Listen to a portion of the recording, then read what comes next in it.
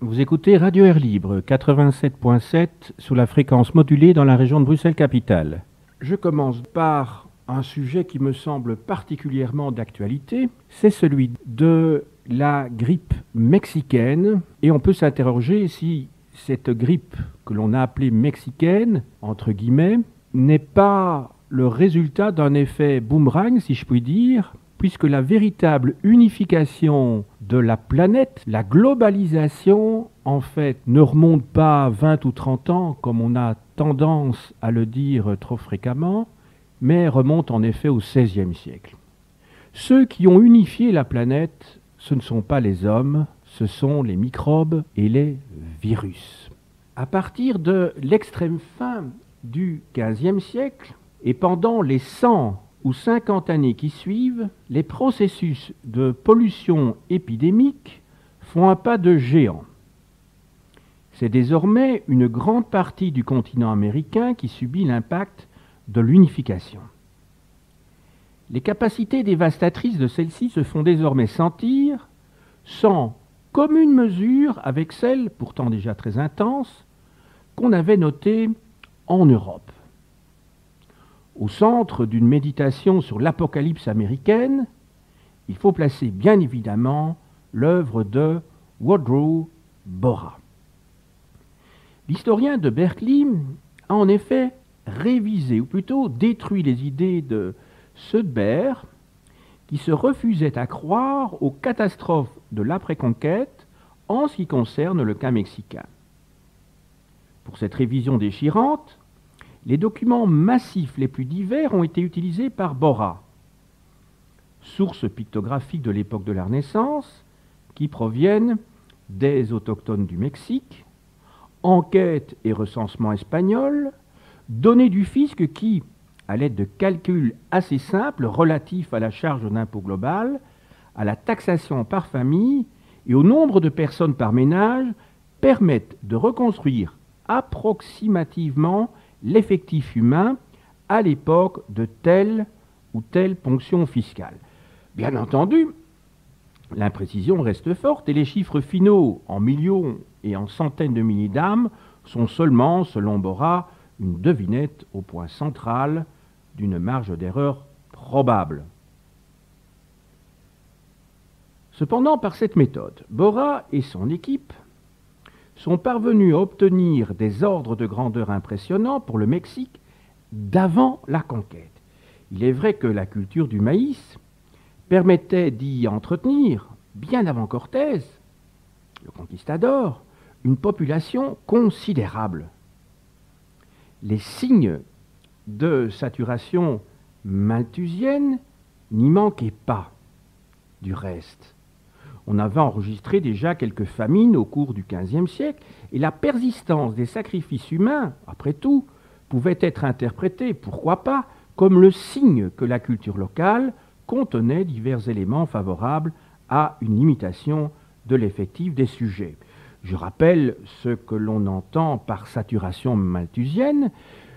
En fait, il s'agit d'une théorie mise au point au tournant du XVIIIe et du XIXe siècle par un pasteur protestant, Malthus, qui expliquait que la population croissait de manière exponentielle, donc de manière géométrique, quand la production agricole, elle, ne progressait que de manière arithmétique, et que donc on avait un différentiel qui n'allait que s'accroître entre, d'une part, la ligne droite de la production agricole et, d'autre part, la courbe exponentielle de la population. Cela dit, le pire n'est pas toujours sûr. La catastrophe finale n'est-elle nullement inévitable? Les faits, bien établis, de tensions malthusiennes justement qu'on enregistrait au Mexique à la fin du XVe siècle, auraient fort bien pu conduire, en l'absence de contact extérieur et infectieux, à une pure et simple stagnation de longue durée des peuplements, laquelle eût été de même type que celle qu'on enregistrera en bien des régions d'Europe au XVIIe siècle. C'est le choc exogène de la conquête, dont il n'est pas besoin de rappeler qu'elle fut réalisée par Cortés aux dépens de l'Empire aztèque en 1519-1521, qui devait, lui, jeter bas cette démographie. Celle-ci fragile, en effet, mais relativement stable.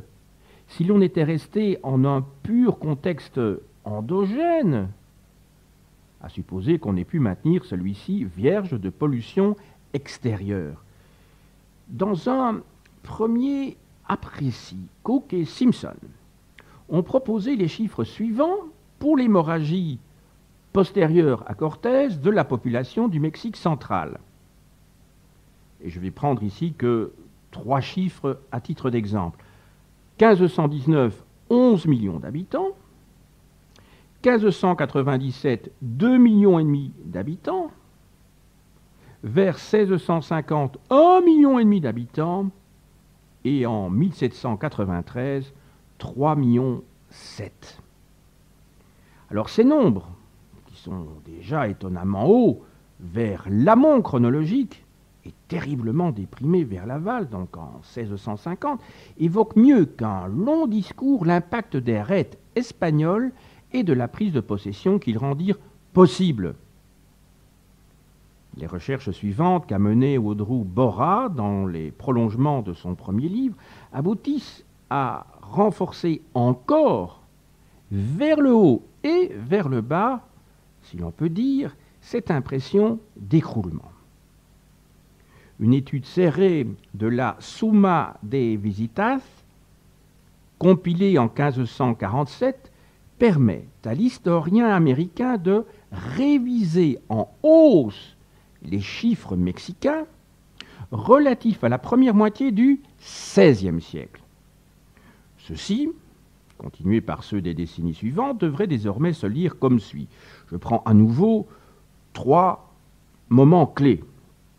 1518, 25,2 millions d'habitants.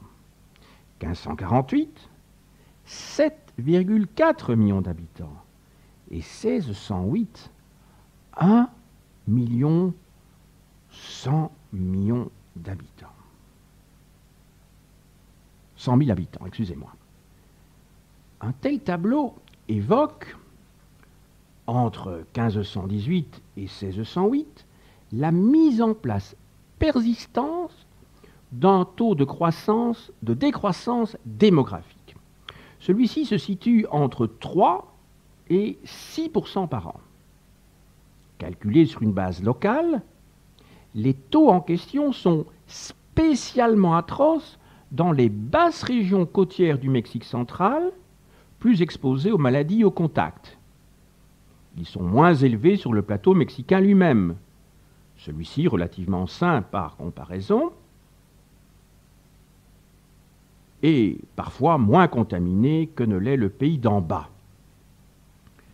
Le déclin lui-même, mesuré sur échelle logarithmique, qui remplace les pertes absolues par des pourcentages, commence à se ralentir à partir de 1580, date après laquelle les épidémies deviennent un peu moins apocalyptiques. C'est donc au cours des 20 dernières années du XVIe siècle qu'on atteint le plancher démographique, depuis lequel, beaucoup plus tard, postérieurement à 1650, une reprise redeviendra possible. Celle-ci ne sera du reste pendant bien longtemps qu'une médiocre et partielle récupération. Des monographies ponctuelles, comme celle qui concerne la région de Mixteca Alta, complètent et confirment les pesées globales qu'effectue ainsi Audrey Borra. Je reprends à nouveau 3 moments clés. 1520, 700 000 habitants. 1660-1670, 30 000 habitants, vous entendez bien. Et 1826, donc il y a moins de 200 ans, 60 000 habitants. Dans ce cas également, les taux de décroissance sont d'abord absolument catastrophiques, on vient de le voir, mais ils commencent, si on peut dire, à décroître à partir de 1580, une fois qu'est atteint le plancher des effectifs. La récupération, lente et pénible, ne s'amorce en ce pays de Mixteca Alta qu'après 1650. Elle ne se confirmera, désormais très vive, qu'au-delà de 1850.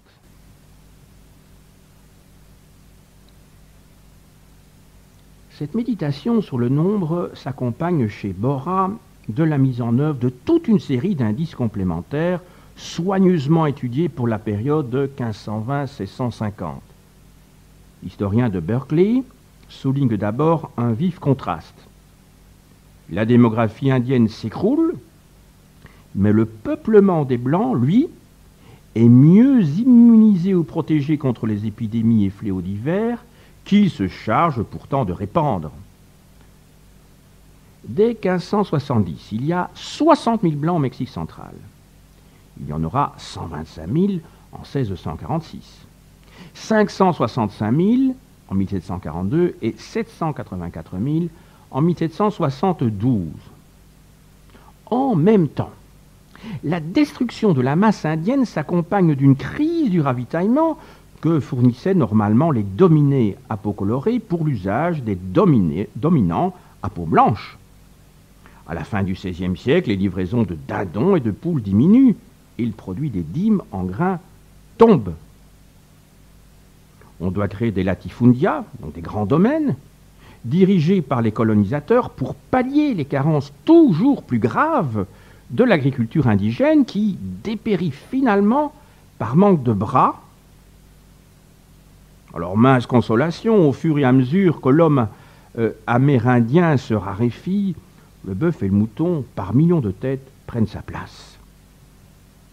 D'irrémédiables processus d'érosion sont déclenchés par cette invasion du bétail devenu mangeur d'hommes ou qui remplace les cadavres d'hommes. Des systèmes à base de corvées, de quasi-esclavage pour dette, voire d'attache à la glèbe, sont mis en place. Le colonisateur espère qu'ils remédieront au déficit béant de la main-d'œuvre autochtone. Comme chez les Européens des XIVe et XVe siècles, le coût du travail des Mexicains, dont l'offre se raréfie, augmente beaucoup plus vite que celui des matières premières et des produits agricoles. Les salaires, qui se gonflent donc, ne sont pas seuls en cause. Les textiles, gourmands de main-d'œuvre, voient leur prix multiplié par 20 ou 30 entre 1520 et 1610. En revanche, l'inflation des cours du grain, plus dépendant de facteurs purement naturels, est nettement moins forte que celle qui affecte les tissus. On manque aussi au Mexique, après 1580-1600, de main-d'œuvre pour les mines argentifères. Le déficit local du peuplement pendant la première moitié du XVIIe siècle devient ainsi l'une des causes de la panne d'argent qui asphyxie graduellement au loin l'économie méditerranéenne. Et cela jusqu'à ce qu'interviennent, au Mexique encore, après 1670-1700, les reprises démographiques et minières. Même la conjoncture de construction d'églises se conforme assez fidèlement au trend, donc à la tendance séculaire, des populations de la Nouvelle-Espagne. Au Mexique espagnol des premières décennies, dit Borra, on bâtissait avec intensité pour la plus grande gloire de Dieu, tout comme on construira pour le profit plus tard en Europe, au plus beau temps de la révolution industrielle. On gaspillait au milieu des cantiques la main-d'œuvre indienne sur les chantiers sacrés. Et puis, après 1576, 1579, les bâtisseurs de cathédrales devront renoncer à leurs projets. On ne leur a pas forcément coupé les crédits. Mais il n'y a plus ni maçon, ni surtout manœuvre pour construire la maison de Dieu, ni assez de fidèles pour remplir celle-ci. Borah brièvement s'interroge sur les causes de ce déclin démographique, accompagné d'un cortège de phénomènes secondaires. Elle s'explique, en grande partie, par les phénomènes épidémiques consécutifs à l'unification microbienne. Il n'est pas question, bien sûr, d'absoudre ni de blanchir la colonisation espagnole, tout aussi cruelle qu'une autre. Il n'est pas non plus question de nier le fait que les Indiens, en certains cas, ont adopté une véritable attitude suicidaire. Ils se sont laissés mourir, ou bien ils ont renoncé à procréer. Mais ces causes ne peuvent être qu'additionnelles ou partielles. Le facteur central demeure microbien. À preuve, dans les régions d'Asie et d'Afrique, que touchera la colonisation européenne, on n'enregistrera pas de génocide ou d'ethnocide aussi radical que ceux qui furent constatés dans le Nouveau Monde. Les populations autochtones des vieux continents, elles, se maintiendront puis s'expandront. La relative bénignité du contact dans l'Ancien Monde n'était pas due à une gentillesse particulière du conquérant, mais à l'immunisation au moins partielle dont jouissaient les colonisés du cru par rapport aux microbes qui circulaient de longue date d'un bout à l'autre de l'Eurasie et de l'Eurafrique. Au contraire, les indigènes des Caraïbes, du Mexique et d'Amérique du Sud et du Nord doivent, eux, absorber en une seule fois le choc d'innombrables agents pathogènes. Ceux-ci infestaient de très longue date le vieux continent, mais leur action nocive était inconnue jusque vers 1500 dans les territoires récemment découverts qui allaient former le nouvel empire espagnol. Les maladies venues d'Europe, bénignes ou moins bénignes, telles que la rougeole, la variole, diverses variétés de grippe ou la scarlatine, prennent de ce fait des allures de catastrophe outre-Atlantique. La